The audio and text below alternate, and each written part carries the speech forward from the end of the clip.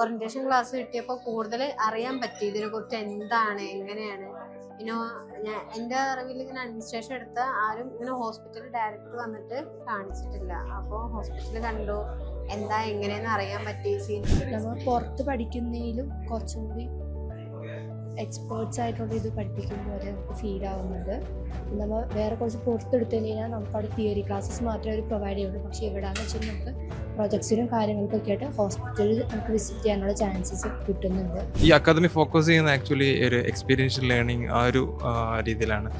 ഇപ്പോൾ നമുക്ക് ഒരു റിയൽ ടൈം ഇപ്പം നമുക്ക് അവിടെ എന്ത് കാര്യങ്ങൾ പറഞ്ഞു തന്നോ ഹോസ്പിറ്റലിൽ ഒന്ന് പരിചയപ്പെടുത്താനും നമുക്ക് ഡിപ്പാർട്ട്മെൻറ്റ്സും എല്ലാവരുടെ കാര്യങ്ങളും റോൾസും എല്ലാം നല്ല രീതിക്ക് അറിയാൻ വേണ്ടിയിട്ടുള്ള രീതിയിൽ ഒരു എക്സ്പോഷർ കിട്ടാൻ വേണ്ടിയിട്ടുള്ള രീതിയിലാണ് അവരുടെ കാര്യങ്ങളെല്ലാം അറേഞ്ച് ചെയ്തിരിക്കുന്നത്.